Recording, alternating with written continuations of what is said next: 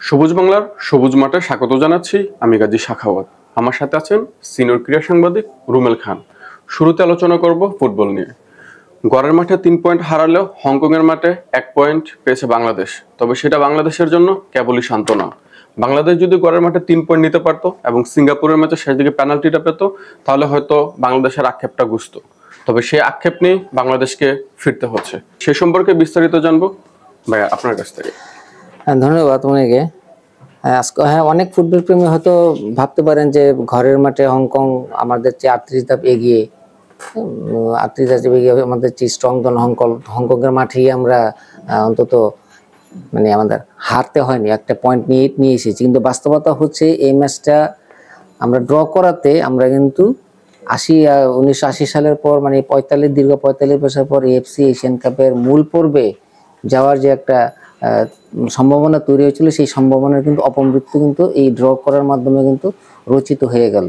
আমরা কিন্তু এখন পরের যেই 2টা ম্যাচ বাকি আছে ভারত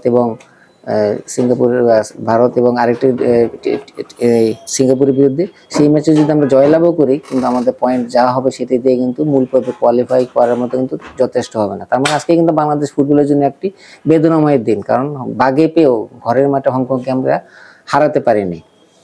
আর হ্যাঁ, আরেকটা ব্যাপার আপনার কাছে জানতে চাইবো, আজকে যে 33 মিনিটে বাংলাদেশ পেনাল্টিতে যে গোলটা খেলো, এই যে ডিফেন্ডার আবার একই রকম ভুল। গত ম্যাচে ঘরের মাঠে আমরা ডিফেন্ডারদের জন্য হারলাম, এই ম্যাচটা আমরা ডিফেন্ডারদের জন্য হারলাম, হারিনি, ড্র করেছি। হ্যাঁ সরি, এই ম্যাচটা আমরা ড্র করেছি, কিন্তু যে ডিফেন্ডারের ভুলে যে আমরা গোল খেলাম, এই ভুলগুলোর জন্যই আসলে বাংলাদেশ আসলে কতটা পিছিয়ে যাচ্ছে। দেখুন যে ম্যাচের তখন 32 মিনিট হংকংয়ের ডিফেন্ডার ফার্নান্দো তিনি বল নিয়ে বক্সের ভিতর ঢুকে পড়েন। তো পেছন তাকে বাধা দেওয়ার জন্য ছুটে আসছিলেন আমাদের ডিফেন্ডার তারেক রায়হান কাজী। তারেক রায়হান কাজী কিন্তু তাকে স্বাভাবিক ট্যাকল করে কিন্তু বলটা ছিনিয়ে নিতে পারতেন বা তাকে বাধাগ্রস্ত করতে পারতেন, ব্লক করতে পারতেন। তা না করে তিনি পিছন থেকে একটি দৃষ্টিকটু ফাউল করে বসেন। জেনুইন ফাইল, এটা রেফারির দৃষ্টিতে জেনুইন ফাউল। প্রথম দিকটা যদি আপনি একটু খেয়াল করে দেখেন, প্রথম দিকে তারেক গাজী যে বলটা রিসিভ করছে তার কিন্তু রিসিভ করাটাই হয়নি। হ্যাঁ, একটা ডিফেন্ডার মেইন কাজই হচ্ছে বল রিসিভ করে বলটা ক্লিয়ার করা, কিন্তু সে কি করেছে, সে যখন বলটা রিসিভ করে তার পায়ের সাথে হালকা টাচে কিন্তু বলটা সামনে চলে যায় এবং তিনি সেটাকে তড়িঘড়ি করে বাঁচাতে কিন্তু আরো একটা ব্লান্ডার করে ফেললো। ঠিকই বলেছেন। তারেক কাজে যে বক্সের ভিতরে ফার্নান্দোকে যে ফেলে দিলেন, এই ফাউলটা করার কোনো প্রয়োজন ছিল না। এটা ছিল একটা অ্যাকচুয়ালি এক কথায় বলবো খামোকা ফাউল, এবং এর জন্য কিন্তু তারেক কাজে কিন্তু 2 হাত জড়ো করে কিন্তু ক্ষমা প্রার্থনা করেছেন, মাঠেই ক্ষমা প্রার্থনা করেছেন, কিন্তু তাতে কোনো কাজ হয়নি। কিন্তু তার এই ভুলের খেসারত বাংলাদেশ দিয়ে ফেলে 33তম মিনিটে 1-0 গোলে পেনাল্টি থেকে গোল করে গোলটি করেন হংকংয়ের ম্যাথিউ। 1-0 গোলে তারা এগিয়ে যায়।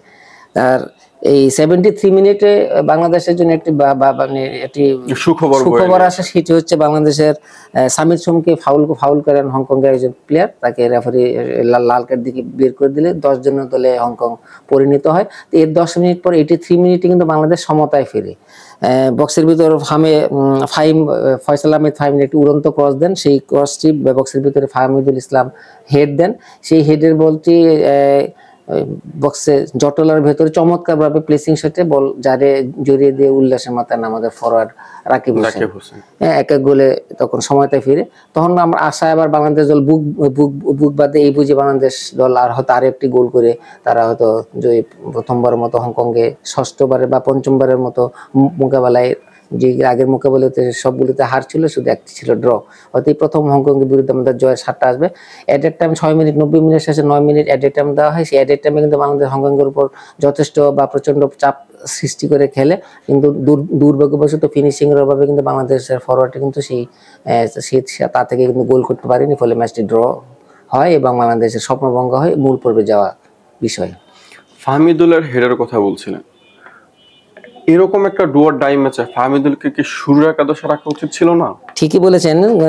এই আজকের ম্যাচ শুরুর আগে আমাদের বাংলাদেশ দলের স্প্যানিশ কোচ হাবিয়ার ক্যাবরেরা 3টি একাদশে 3টি পরিবর্তন আনেন।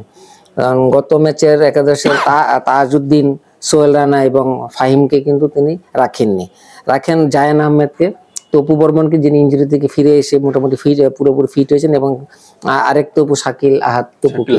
কিন্তু বরাবর মতো জামাল ভুঁইয়াকে কিন্তু এবারও আজকের ম্যাচে কিন্তু প্রথম একাদশে খেলেননি। এবং ফাহমিদুল কোথায়? হ্যাঁ, তো ফাহমিদুল দ্বিতীয়ার্ধে তাকে নামানোর পর কিন্তু বাংলাদেশের খেলার ধার কিন্তু অনেকটা বেড়ে যায়। তখন সবার মনের ভিতরে একটা আফসোস, বাংলাদেশি ফুটবল প্রেমীদের মধ্যে একটা আফসোসের জন্ম হয়েছে যে ফাহমিদুলকে যদি প্রথমার্ধে নামানো হতো তাহলে হয়তো বাংলাদেশের হয়তো একটি গোল করতে পারতো বা ম্যাচের ফলাফল অন্যরকমও হতে পারতো। তো ফাহমিদুলকে কেন কোচ ফাহমিদুলের গুরুত্ব বুঝতে পারছেন না, নাকি ফাহমিদুলের উপর কোচের কোনো বিরাগ আছে, সেটা আসলে প্রশ্নের ব্যাপার। আচ্ছা, এই এখন আমরা আজকে অন্য একটি প্রসঙ্গ নিয়ে কথা বলি। আজকে তো একটু আগে বাংলাদেশ এবং আফগানিস্তান ওয়ানডে সিরিজের তৃতীয় এবং শেষ ওয়ানডে চলছে। এই বাংলাদেশ দল আফগানিস্তানকে ব্যাটিংকে পাঠিয়েছে। আফগানিস্তান তো ভালোই ব্যাটিং করলো, তো অলরেডি 2-0 তো সিরিজ আমরা আফগানিস্তান এগিয়ে আছে। তো বাংলাদেশ যদি এই ম্যাচে জয়ের সম্ভাবনা কতটুকু এবং সামগ্রিকভাবে আফগানিস্তানের ব্যাটিং এবং বাংলাদেশের বোলিং ফিল্ডিং কেমন হলে এই বিষয়ে একটু বিস্তারিত বলতেন।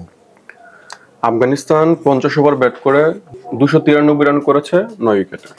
এখন এই যে আফগানিস্তানের যে রানটা, সেই রানটাকে যদি আমরা দুইটা ভাগে ভাগ করি, প্রথম দিকে একটা সময় 31 ওভার 3 বল পর্যন্ত তাদের 173 রানে 1 উইকেট ছিল। তখন কিন্তু আমরা ধরে নিতে পারি যে আফগানিস্তান খুব বড় একটা সংগ্রহের দিকে যাচ্ছে, হয়তো সেটা 300 বা 350 প্লাসও হতে পারে।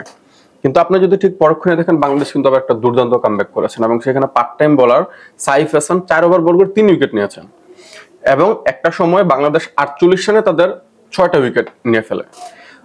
তখনই মনে হচ্ছিল যে না, যখন এই ধরনের একটা সিচুয়েশন 221 রানে তাদের 7 উইকেট, তখন কিন্তু আমরা ভাবছিলাম হয়তো রানটা 230-240 এর আশেপাশে থাকবে। এখন আমি এটা বুঝতে পারতেছি না যে আসলে মিরাজ কি রকম ক্যাপ্টেন্সি করতেছে।